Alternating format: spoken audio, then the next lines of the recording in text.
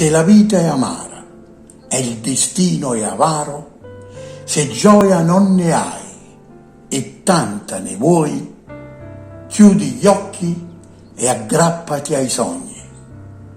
Comincia a sognare e inizia a volare, perché senza sogni non c'è niente di bello.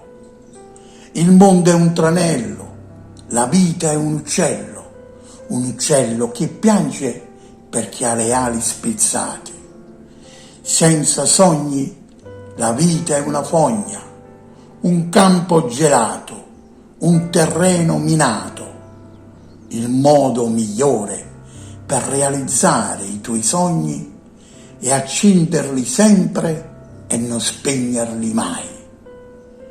Dio non ti ha dato i tuoi desideri senza averti dato anche il potere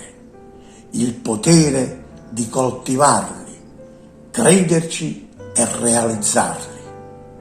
Un vincitore è un sognatore, un lottatore che non si è arreso.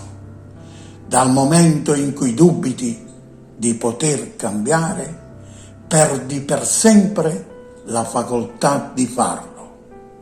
Non si è mai troppo vecchi per fissare un obiettivo o per sognare un nuovo sogno.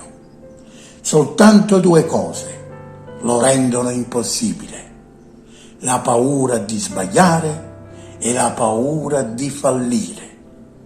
Non consultarti con le tue paure, ma con le tue speranze e le tue esperienze. Non pensare alle tue frustrazioni, ma al tuo potenziale più personale.